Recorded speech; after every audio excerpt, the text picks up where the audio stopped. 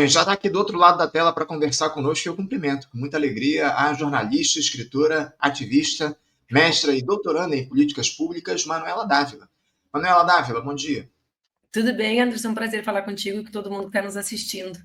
Prazer é nosso, Manu. Obrigado por você voltar a conversar aqui com a gente. Há bastante tempo que a gente não faz esse papo aqui no Faixa Livre. Conversamos muito lá na Rádio Bandeirantes, na época aqui no Rio de Janeiro, e agora pela primeira vez no nosso canal no YouTube. E agradeço demais a tua presença para a gente falar um pouco sobre as questões relativas aí a essa gestão do presidente Lula, esse terceiro mandato do governo Lula, que chega à metade, marcado aí por uma clara opção, viu, Manu, por manter a âncora neoliberal da política econômica, com foco no superávit primário, na manutenção de juros altos, uma relação amistosa, digamos assim, com o mercado financeiro. Isso tem provocado uma crescente frustração em setores da esquerda e de movimentos sociais, viu, Manu?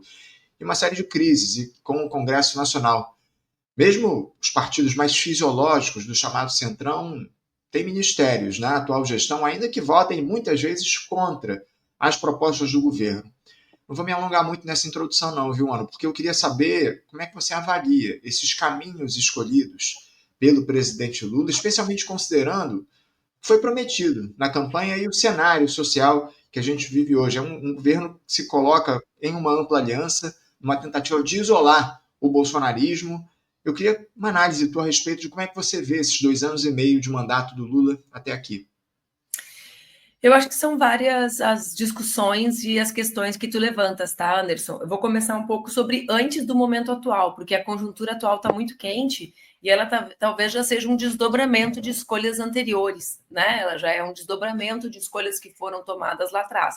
Então, primeiro, qual a razão da gente ter buscado uma frente ampla para governar o Brasil? Acho que é importante que a gente discuta isso, porque a necessidade da amplitude não surgiu da cabeça do presidente Lula, né? Não surgiu da cabeça daqueles que a defendiam, como é o meu caso. Surgiu da realidade concreta. O Brasil, na última década, viu o crescimento político, eleitoral e ideológico das forças ultraconservadoras da extrema-direita. A gente convencionou chamar de bolsonarismo, antes fosse um conjunto de pessoas ligadas apenas ao ex-presidente. É mais que isso, né? É um conjunto grande de pessoas que aderiram às ideias, né? À agenda, né? Às práticas políticas ultraconservadoras. Então, depois, né, do governo Bolsonaro, né, como consequência do governo Bolsonaro, emerge a necessidade de uma frente amplíssima para impedir uma espécie de cordão sanitário à extrema-direita. Aqui, Anderson, eu acho que existe algo relevante para a gente falar. Nós viemos de 4 experiências, 3 experiências e meia de governos Lula e Dilma, de governos conectados, digamos assim, com as forças de esquerda, com setores progressistas. E acho que nos faltou, e aqui não é responsabilizar nenhum partido ou força individualmente, porque os anos foram muito duros, mas nos faltou sofisticar o debate sobre relação partidos, movimentos e governo naquele ciclo. Porque parte das consequências que nós vivemos agora é relacionada ao fato de que, tendo em vista a amplitude da frente, nós não dispusemos ou não acionamos os partidos de esquerda e os movimentos para uma disputa da agenda dentro da frente ampla, ou seja, nós nos responsabilizamos pela amplitude e não pela disputa da agenda da política. E, para mim, esse é um marco do governo Lula 3, né, e da nossa experiência 5. O fato de que oprimidos, digamos assim, né, ameaçados pela extrema-direita, não apresentamos com nitidez uma agenda do nosso campo, né, das forças progressistas, das forças de esquerda, dentro da frente ampla. Nesse momento atual, aliás, esse foi um dos debates que eu apresentei publicamente quando saí do PCdoB depois de 25 anos, né? Quem é a esquerda da frente ampla? Né? Eu sou uma mulher de esquerda, eu defendo a frente ampla, é uma condição inexorável para mim do tempo atual, né? Aliás, eu sempre digo, eu não defendo na teoria, eu defendo na prática, porque é preciso dela para sobreviver, e não estou falando de sobrevivência espiritual no meu caso, estou falando da carnal, né? Mas acho que nós precisamos pensar nesses dispositivos de disputa. Bom, Também aqui há mudanças grandes sobre a forma como o Congresso se constitui, né? E das relações do Congresso com a própria presidência da República enquanto instituição. Há um debate em curso, que não é um debate relevante, que é sobre a superação, digamos assim, do presidencialismo de coalizão, que é uma marca da democracia brasileira. Não vou entrar nesses debates todos, certo, Anderson? Mas só estou dando aqui lampejos de coisas que são importantes para a gente entender onde a gente chegou. O presidente Lula governou sempre com esse método, com essa relação com o Congresso. O Congresso não é mais o mesmo, a realidade não é mais a mesma, e, sobretudo, a dimensão da crise do capitalismo sobre as pessoas, sobre as mulheres e os homens, não é mais a mesma. Bom, esse é o quadro. No tempo presente da conjuntura, a gente vê o governo passando para a disputa da política, apresentando uma agenda, né? Uma agenda, penso eu, acertada, a taxação dos super ricos. Esse é o foco da agenda da esquerda, ou esse é o foco da agenda dos progressistas. Deve ser, na minha opinião. Mais, veja só, do que o foco na desconstrução do Congresso. Por quê? Porque com a fragilidade das lideranças, do comando político que nós temos, é evidente que eu entendo, eu fui deputada, né? Anos da minha vida eu dediquei ao parlamento, né? Estou tentando meu doutorado em políticas públicas, mas eu sou doutora em compreensão sobre como a realidade se dá ali. Agora, na prática, se a gente mobiliza a nossa energia, que não é lá imensa, digamos assim, para essa disputa de descaracterização do Congresso, a gente perde, na minha compreensão, a capacidade de disputa social a partir da agenda, porque é a partir da agenda que a gente pode disputar, inclusive, o Congresso. Várias vezes nós vimos o Congresso, né, agir, mesmo contra a sua agenda originária, tensionado pela sociedade. Uhum. Esse é um elemento que existe. Então, nós devemos focar nessa disputa da agenda. Eu acho que esse não é, assim, um grande giro do governo Lula. É o encontro do governo do presidente Lula com uma agenda da política para disputar a sociedade, num tempo em que a sociedade está permanentemente disputada pela extrema-direita. Eu acho que a grande questão é essa, mano, a falta de disputa que existe, especialmente dentro da atual gestão e o diálogo com a classe trabalhadora. Daqui a pouquinho a gente vai falar um pouco mais sobre isso, Manu, mas antes eu queria trazer dados aqui de uma pesquisa que foi divulgada ontem, números da pesquisa Atlas Bloomberg, sobre a popularidade do governo, que mostrou uma aprovação da atual gestão na casa dos 47,3%, enquanto 51,8% dos brasileiros desaprovam o governo Lula. Houve um pequeno avanço, um pequeno ganho dentro da margem de erros, na casa de 1,9% na popularidade, mas ainda números tímidos aí diante do que eles representam. Por que os brasileiros têm essa percepção ruim da administração do presidente Lula na tua avaliação, Manuela? Ainda que os números da economia demonstrem uma certa melhora em relação ao que a gente tinha no passado. Acho que tem várias razões, mas a principal delas é o fato da ausência de uma agenda de disputa da sociedade, né? Existe uma tese corrente em setores progressistas de que nós perdemos força e vitalidade à medida que teríamos entrado numa certa disputa de valores. Eu, Anderson, acho que é exatamente o oposto, né? Eu me somo àqueles e aquelas que acham que nós perdemos força e vitalidade a partir do momento em que deixamos de disputar valores. Né, que deixamos de disputar a agenda. Percebe que a extrema-direita disputa constantemente a sua agenda para o país. Então, aqui é preciso compreender qual é o lugar disso e veja que esse crescimento acontece no momento em que essa agenda ganha mais contorno, em que a disputa de quem nós somos ganha mais clareza, né? Em que nós caracterizamos socialmente que não somos todos iguais. Nós, enquanto campo, defendemos que sejamos todos iguais em direitos, mas não somos todos iguais na defesa de um projeto abstrato de país. Existem projetos diferentes de país. Nós defendemos ou devemos defender publicamente um.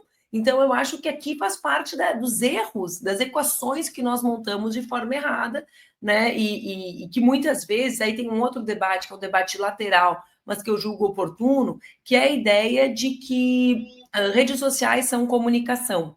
Vê bem, agora, isso se reforça sempre equivocadamente. Nessa semana que o governo cresce na popularidade, cresce ofensiva nas redes com relação à taxação dos super ricos, correto?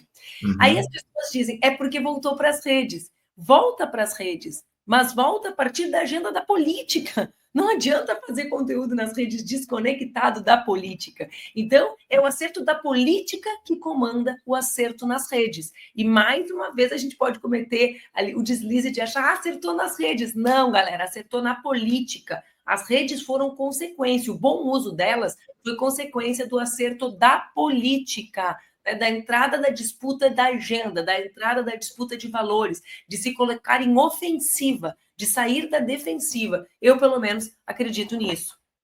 Agora, o Manu, essa disputa que surgiu, disputa política que você muito bem traz aqui para a gente, ela também indica a mensagem de que o Congresso ele seria o principal vilão do país nesse momento. Eu queria uma análise tua. Você também considera que hoje Câmara e Senado são os grandes problemas do Brasil nos dias de hoje, como essa campanha, aliás, vai ter um outro ato amanhã em São Paulo, aqui no Rio de Janeiro também, justamente condenando essa situação envolvendo, na verdade, defendendo a necessidade da taxação dos super ricos e condenando a atuação do presidente, especialmente da Câmara dos Deputados, Hugo Mota, diante do que está colocado.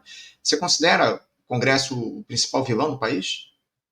O Congresso é o que é, Anderson, né? Quando eu entrei lá em 2006, eu lembro que tinha um deputado antigo que dizia, doutor Ulisses dizia, tá assustado com o Congresso de agora, te prepara para o próximo, né? Porque vai ser sempre pior. E eu pensava assim, meu Deus, que gente pessimista, né? Olha aqui, eu cheguei aqui sem parentes importantes, vida do interior, com uma onda de votos, é possível mudar a política. O fato é que nós, cada vez mais, vemos parlamentares consagrarem mandatos a partir de imensos esquemas de emendas, né, a partir do orçamento secreto, a partir de mecanismos que não são os mecanismos que nós acreditamos que podem radicalizar a vida democrática.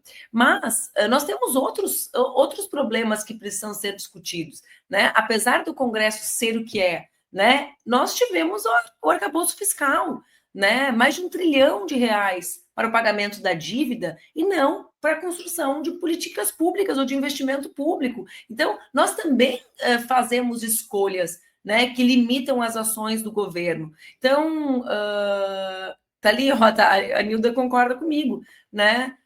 Então, assim, acho que nós precisamos também olhar, né, a nossa agenda, né, aquilo que nós colocamos no centro da construção do governo. Claro, sem dúvida.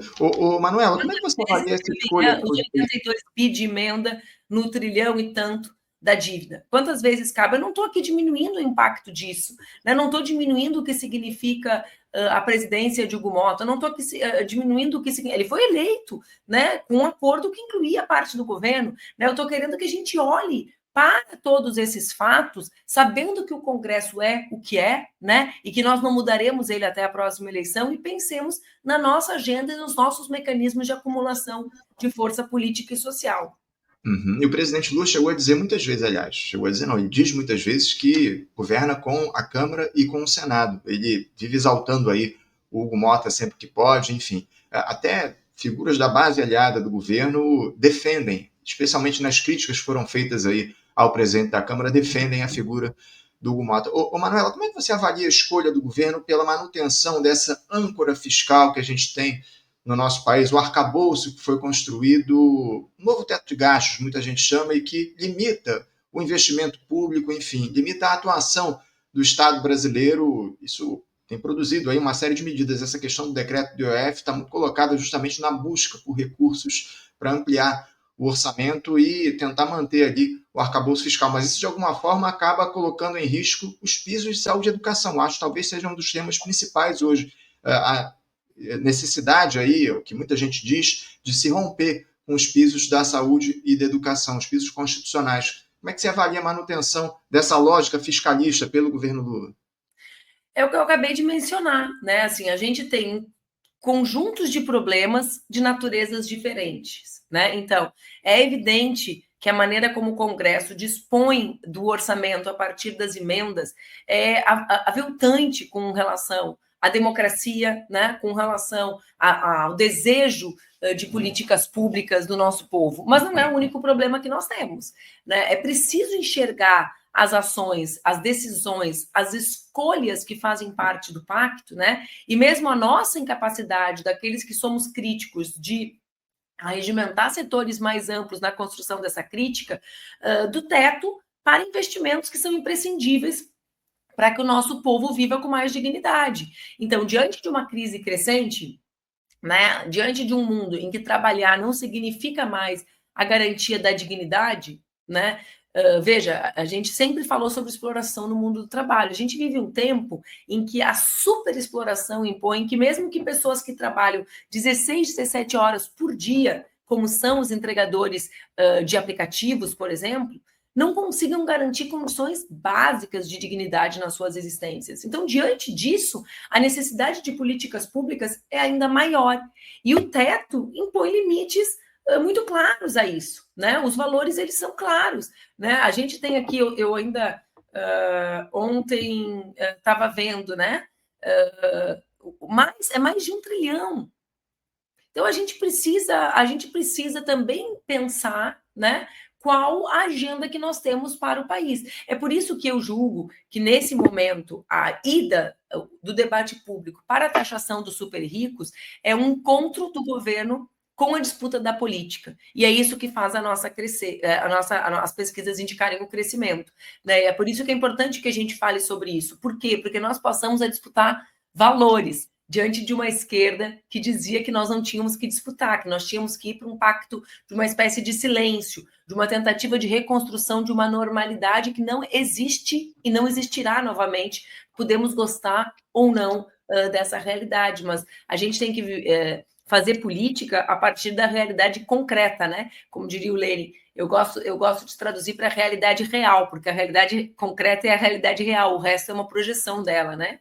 Uhum. Manu, para além, obviamente, dessas escolhas que foram feitas pelo governo, a esquerda, por que a esquerda não tem uma agenda para o país, um projeto de desenvolvimento nacional? Isso que a gente debate muito aqui no programa, o abandono, para além, obviamente, do diálogo com as bases, o abandono das esquerdas no diálogo com um projeto de desenvolvimento nacional, única e exclusivamente se dialoga com a construção de alianças pela governabilidade. Aliás, daqui a pouquinho a gente vai aprofundar essa questão da governabilidade. Mas, antes disso, por que a esquerda não tem um projeto de desenvolvimento nacional hoje para o país? Tem muitas questões que atravessam esse debate. A questão do projeto nacional, de um projeto para o país, é uma questão que nem sempre esteve no centro dos debates das forças de esquerda, né? Nem todas as forças colocavam isso no centro da sua agenda. A ideia de um projeto, a ideia de uma indústria nacional, os conceitos de soberania nacional, isso tem razões históricas, né? Políticas e históricas. Não é fácil debater soberania nacional num país que viveu uma ditadura civil e militar tão longeva, né? Tem complexidades nas discussões. Não, entende? Então, não é tão simples, né? Sim, não é fácil explicar, mas é preciso compreender razões políticas e históricas que formam o nosso país e a esquerda brasileira. Aí existe uma segunda questão, que é eu vou tentar dialogar com as polêmicas e com alguma coisa que eu estou lendo aqui nos comentários. Pode ser, né, respondendo a partir de uma visão prática. Muitas vezes, setores da esquerda acham que o envolvimento de mulheres e de pessoas negras na política, ou na luta política e na construção da agenda política, vem daí a responsabilidade pelo esvaziamento da esquerda. Eu acho essa uma das coisas mais estúpidas que podem existir. Né? É como se a gente dissesse, vamos desprezar quem está se mobilizando e defendendo o país. Por quê? Porque quem defendeu o Brasil do bolsonarismo em 2022 foram as mulheres, as pessoas negras e os nordestinos. É essa caracterização do voto que salvou o Brasil. É como se a gente dissesse, ei, vocês que nos salvaram, vazem, não é o que a gente quer. A Nancy Fraser, uma teórica marxista, chama de lutas de fronteiras, né? Da compreensão de como classe, gênero, raça, a emergência climática precisam se conectar na construção de uma agenda. Se a gente não disputar a agenda a partir dessa compreensão, a nossa agenda vai ser sempre fadada à busca pelo passado. Por quê? Porque aqui tem duas frases, eu vou usar duas frases que tensionam essa questão para que a gente veja, para que a gente pense nessa agenda. A ideia de que nós precisamos buscar uma agenda universal. A agenda universal que inspira uma parte da esquerda é oriunda da Revolução Francesa. Um universal que nunca foi universal. Um universal que não reconheceu mulheres, né? Não é no sentido figurado. Quem defendeu que mulheres fossem incluídas na Declaração dos Direitos do Homem, né? Foi degolada. Um universal que não valeu para o Haiti. Portanto, um universal marcado pela parcialidade, não pela diversidade. Eu acho que nós precisamos buscar uma agenda que dê conta da diversidade, que dê conta de existências que são atravessadas de maneira diferente. Vou te dar um exemplo, que para mim é um exemplo gritante. A gente acredita, esses setores, que esse universal falava com todos os trabalhadores. Surpresa, nunca se debateu creche como política fundamental para as trabalhadoras brasileiras. Por quê? Porque essa era uma agenda dos trabalhadores, que ignorava a existência da complexidade de mulheres que cuidam, que são responsáveis pelo trabalho reprodutivo, pelos cuidados, na vida, na relação com o mundo do trabalho. Talvez decorra disso o fato de que mulheres mães de crianças de 0 a 3 anos, mais de 50% delas não trabalham no mercado formal no Brasil. Vem disso, por exemplo, a ampla adesão de mulheres, sobretudo mulheres negras, as mais vulnerabilizadas pela estrutura de desigualdade brasileira, ao chamado empreendedorismo. Aí essa mesma turma quer combater o que eles chamam de identitarismo, que virou mais uma dessas palavras de ordem estúpidas, superficiais. O superficialismo, galera, é um dos problemas da esquerda, né? Aí busca combater isso, mas ao mesmo tempo quer entender evangélico e empreendedor. Opa, se não entender que a sua agenda universal não era universal, não vai conseguir compreender a complexidade de fenômenos como esse. Então, de um lado, a busca de uma agenda comum, que não é a chamada voltar para o passado para a busca de uma agenda dita universal, é compreender a complexidade. E ver, por exemplo, um dos temas menos debatidos pela esquerda e mais presentes na vida do povo trabalhador brasileiro, que é o tema de segurança e violência. Né? Segurança e violência. E forças do Estado na construção de violência. Ontem nós vimos em São Paulo como isso se manifesta. Mais um corpo de um jovem negro que tinha um livro na bolsa, né, na mochila. Era isso que ele tinha, né? Morto de costas. A gente não vai reconhecer que isso é fundamental para pensar o desenvolvimento do Brasil? Que projeto de desenvolvimento é esse que não enfrenta o ato fundacional do Brasil, que é a violência contra pessoas indígenas e a mais longeva e numerosa escravização de pessoas do planeta Terra? Entende? Então, assim, a gente precisa se reencontrar com a agenda do tempo presente e com as causas que atravessam a existência do povo trabalhador do nosso país. Além disso, existe uma segunda coisa que eu volto, né? Eu volto para o debate anterior, que é a ideia de que esse é o debate de costumes, que esse é o debate de valores. Debater creche com a classe trabalhadora não é debater costume, é debater o costume de trancar a mulher dentro de casa. Debater violência com a classe trabalhadora, não debater, porque ninguém debate, não tem agenda, né? É debater as mulheres e os homens que todos os dias da sua vida são atravessados por essa realidade. Eu fico vendo aqui nos comentários, é difícil sair de identitarismo, né, gente? A superficialidade, ela agrada, ela protege. E isso é parte dos nossos problemas, né? Essa ideia de volta às bases, que eu entendo o sentido generoso, ela é uma ideia que é historicamente impossível, nós não voltaremos ao passado. A gente não está nem com os pés no presente, está com o retrovisor no passado. A gente precisa colocar os pés no presente para poder olhar para o futuro. E esse presente significa a volta da disputa do território. Só que para disputar território tem que falar sobre segurança. Para disputar território tem que falar sobre tráfico. Para disputar território tem que falar sobre mulher empreendendo e indo para a igreja porque não tem estrutura pública de cuidados. Entende? Então, assim, o território é complexo e a gente se protege naquilo que nos dá segurança. Qualquer coisa fora do universal comum dos anos 80 é identitário. O tema da segurança pública aparece muito aqui no programa, Manu. A gente sempre traz essa questão porque, de fato, a esquerda abandonou o diálogo com esse, que é um tema fundamental para o país e ocupa aí o imaginário do povo como um dos grandes problemas do país nesse momento. Manuela, você acredita que ainda há espaço dentro da atual gestão? Estamos aí há menos de um ano e meio do fim desse terceiro mandato do presidente Lula? Dá espaço para uma inflexão à esquerda, ou o que a gente está vendo é a consolidação de uma conciliação de classes que tornou-se estrutural e permanente no lulismo? Você acha que o Lula ainda pode, de alguma forma, buscar a classe trabalhadora por essa dita governabilidade?